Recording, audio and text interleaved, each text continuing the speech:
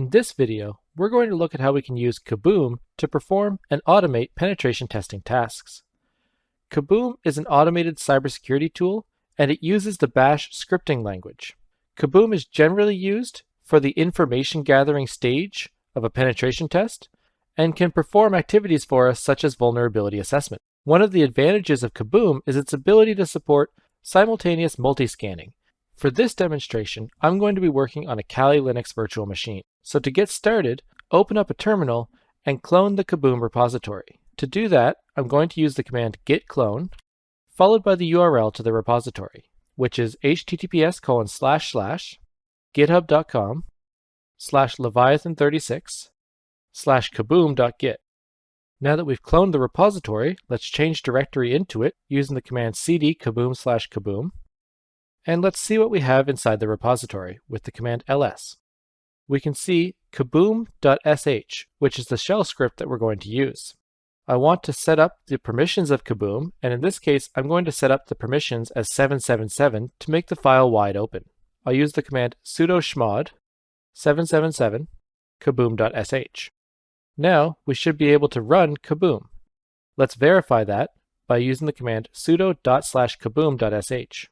And we have an interactive terminal session telling us to insert hosts. So let's provide it with some hosts to scan.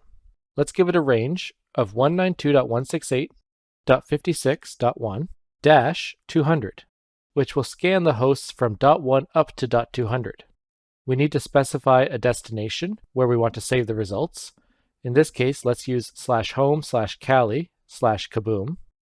And we'll perform every phase, so we type in IGVAD, and we don't want to shut down the PC at the end of our script, so we type in no. And now Kaboom has performed its scanning. If we then navigate to the directory that we specified, in this case which was /home/kali/kaboom, we can see a separate folder created for every IP address scanned in the range. If we click on one, we can go in and see if anything was found. And in this case, it's empty. But we would repeat that for every one of the IPs that we scanned to see if we found any information. Now let's go back and try a different approach. In this case, let's scan just one single IP address. So once again, I'm going to use the command sudo./kaboom, and I'm going to scan just one IP address of 192.168.56.103. We'll write out to the same location, and we're going to specify some different options. In this case, I'm going to put lowercase ivd. And once again, we won't shut down the PC at the end of our scan. And then we can see what our scan is performing. So the first phase is starting the information gathering phase, where it runs an Nmap scan. And then it starts a vulnerability assessment phase, where it performs subsequent scans. If we then look at the IP address in our output directory, we can see we have an information gathering folder, where we have metasploitscan.txt, which shows us the details of the Metasploit scan. We have an Nmap folder showing us the Nmap report, and we have a vulnerability assessment folder where we can see some reports from Nikto. And this gives us some vulnerability reports from the Nikto scanner. So this is how we can use the Kaboom tool to perform and automate penetration testing tasks. This is a fairly lightweight tool and can be very valuable in any penetration tester's toolkit.